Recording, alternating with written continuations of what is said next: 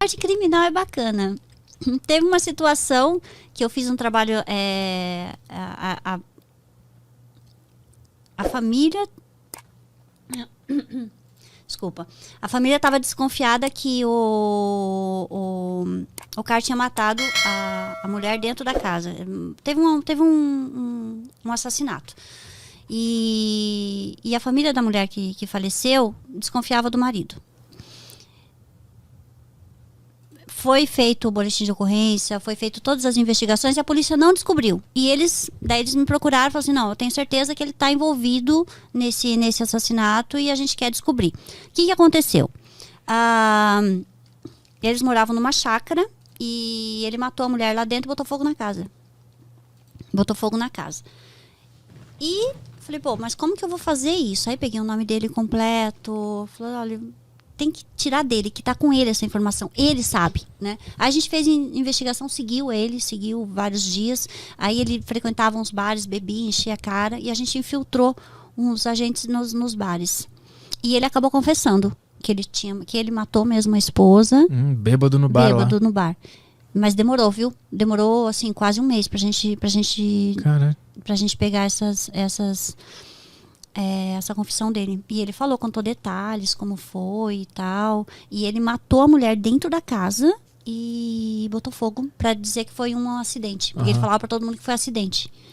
Mas quem conseguiu essa confissão foi um agente? Foi um agente que se passou meu. por amigão do bar? Sim, Entendi. foi um agente meu. Aí já tinha um policial já que tava meio que seguindo e tal. O cara tá preso, o cara foi preso. Depois ele assumiu, falou a verdade. Mas ficou quase 2 anos nessa situação e a família não se conformava e sabia que ele estava envolvido. E aí a polícia não fazia nada. E aí me contrataram para fazer esse trabalho. A gente fez e conseguiu pegar a confissão dele. O cara foi bom, esse agente, né? Foi. Ele demorou, tipo, 2 anos? Quase um mês. Demorou 2 anos quase. 2 anos, assim, já tinha acontecido o crime. Entendeu? Mas o trabalho do agente durou um mês pra ele conseguir pegar essa confissão. Um mês pra pegar tudo isso. Foi rápido. A ideia que eu sempre tive de política é que política é uma coisa muito perigosa pra tu ter um contato, se emocionar. Tipo, teu primeiro contato com a política, tu se emociona, deixa teu sentimento vir, a partir do sentimento tu age e acha que aquela ideia lá vai salvar o mundo e tu acaba tendo aquela sensação que tu é o soldado da justiça e tu vai ajudar a mudar o sistema. E aí o cara enlouquece, começa a brigar com a família, briga com os amigos, tá no Twitter xingando alguém porque o cara tá achando que a visão dele vai resolver tudo, né?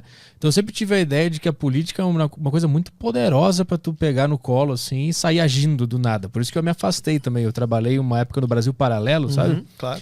Nossa, eu vivi aquele mundo, eu entrei de cabeça um pouco, fiquei meio louco. Aí eu vi, cara, isso aqui é muito poderoso, mexe muito com a psique humana.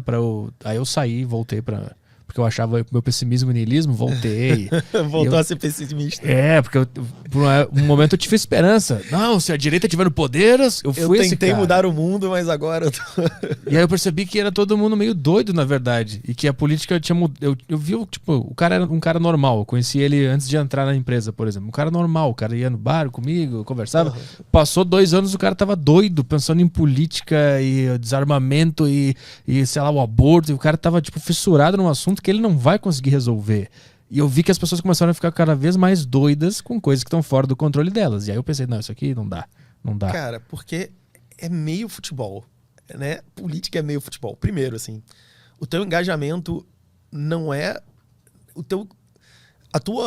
Você, para se engajar, você tem que acreditar que o seu impacto é desproporcional ao que você, de fato, pode fazer, né? É tipo... Cara, tu assiste um jogo de futebol, tu tá gritando pra televisão. Né? Tu tá gritando pra televisão, tá avisando o ladrão pro cara, tá chegando o cara pra roubar a bola, tu grita, ladrão! Toca a bola, chuta! Cruza! Você tem que acreditar que você tá tendo algum impacto ali, porque o teu engajamento é porque você acredita que você tá tendo algum impacto. E na política é meio que isso, com a diferença de que, cara, dificilmente eu vou ser jogador do Vasco na minha vida. Mas política, pelo processo democrático, você pode virar um player relevante na política. E muitas das pessoas, se não todas, se engajam por emoção. E eu acho que tem uma parte boa de você se engajar emocionalmente com as coisas, porque a emoção é o que faz as coisas andarem, né? Se não for por você acreditar que você tá fazendo alguma coisa relevante, você nem levanta da cama, você não sai de casa, você não se engaja. Principalmente política, que, cara, quase todo mundo voluntário, né? Então, o que faz um voluntário sentar lá e se engajar numa atividade é acreditar que tá mudando alguma coisa. No Livres a gente tem mais de 4 mil associados, cara. Mais de 4 mil associados que estão ali, que estão engajados na organização, 4 mil pessoas que estão ali achando que vão mudar alguma coisa, que estão trabalhando para mudar alguma coisa. Então, eu acho isso bonito, né? Então, a gente fazer uma nota técnica do movimento sobre, sei lá, a Lei de Segurança Nacional, que a gente já falou aqui. Cara, eu tenho um cara lá que é um baita advogado, o cara é doutor em direito, a hora de trabalho desse cara deve custar R$1.000. Esse cara senta lá e escreve para mim um parecer de 10 páginas, 12 páginas, 15 páginas. De graça, chega lá, entrega e me manda. Às vezes um cara não quer nem assinar. E o que faz esse cara se mobilizar? O que faz esse cara fazer isso? O que faz os caras dar uma doação desse tamanho pra gente? É a vontade de mudar alguma coisa. Então, eu não acho que isso seja necessariamente problemático. Agora, onde que a emoção na política é problemática?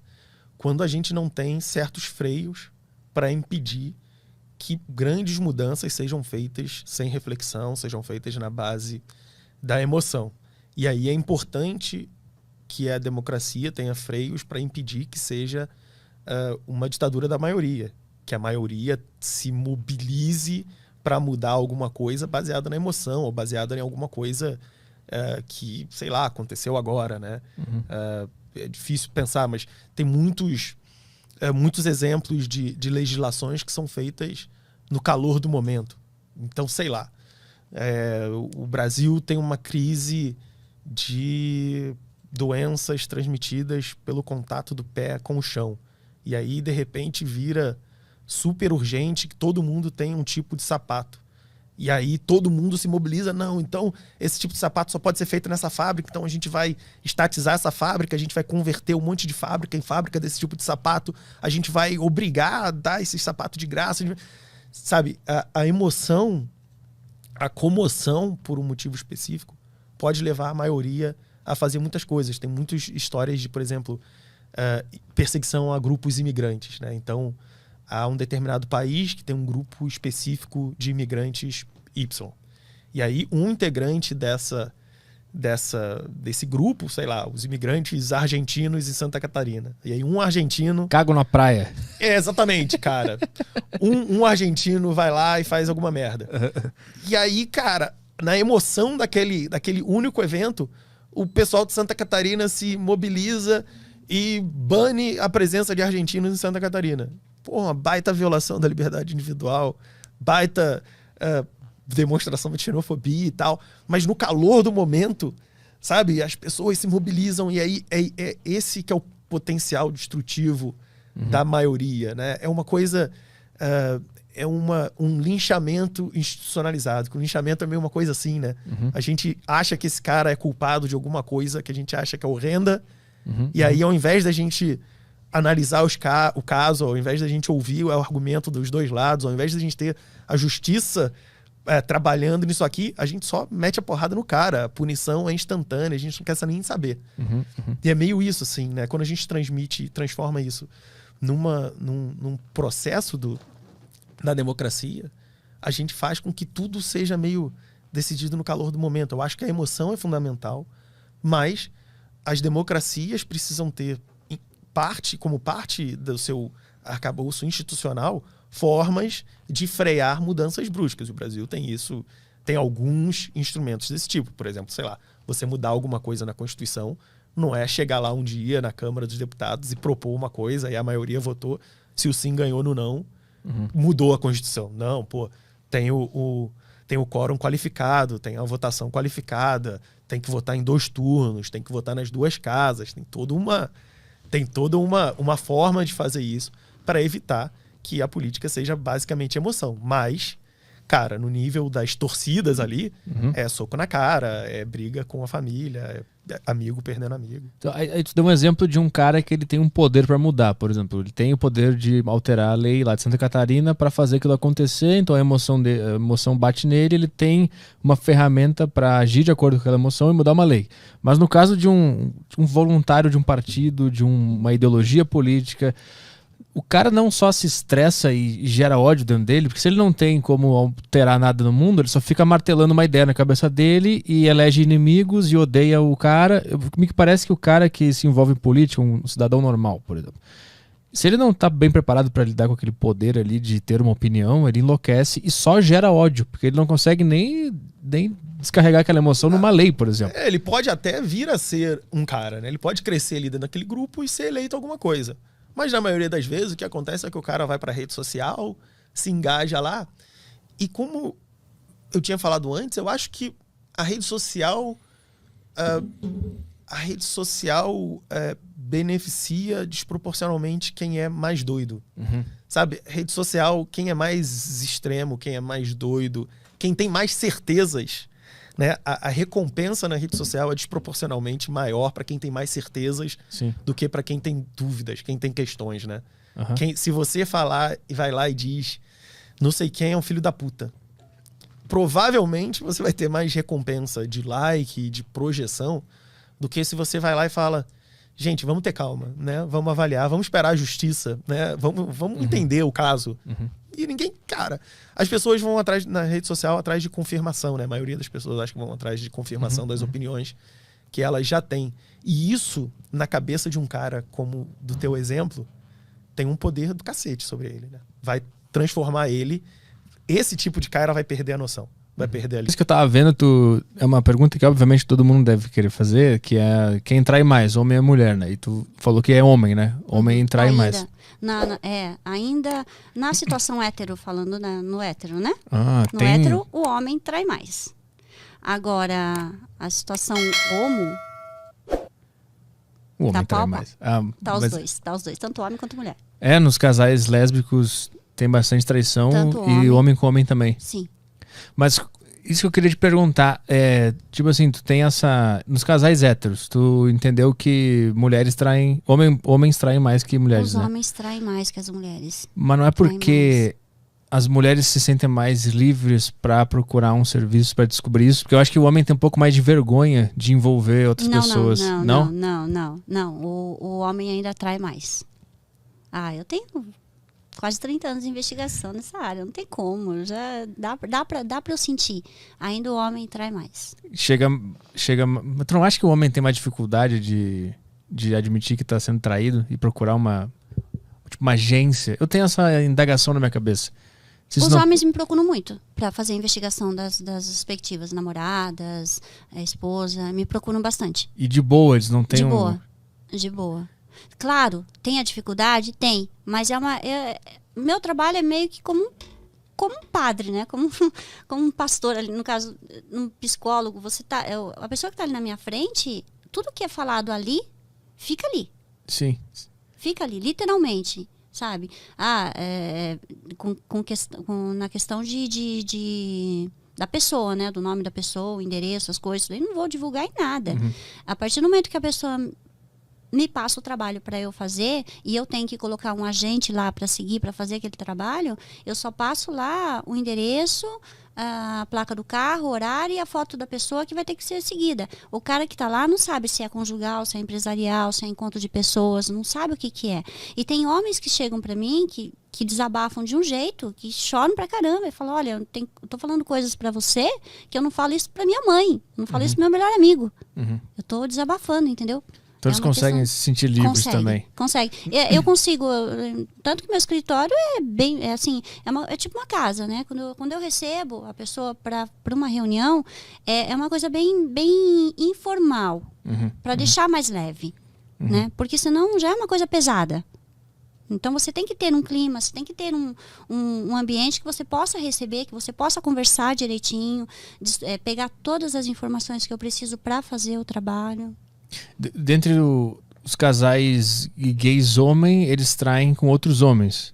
E entre os casais lésbicos existe tipo o casal gay e o cara tá traindo com uma mulher? Uhum. Existe, é comum. E o lésbico, a mulher tá traindo com o homem. Já aconteceu de tudo. Já aconteceu várias situações. Tu conhece a fundo o comportamento humano. Sabe tudo que tá no subterrâneo da humanidade, tu conhece. Eu posso dizer que sim. Sim. De acordo com a tua experiência no submundo do ser humano, o que tu entendeu sobre essa espécie?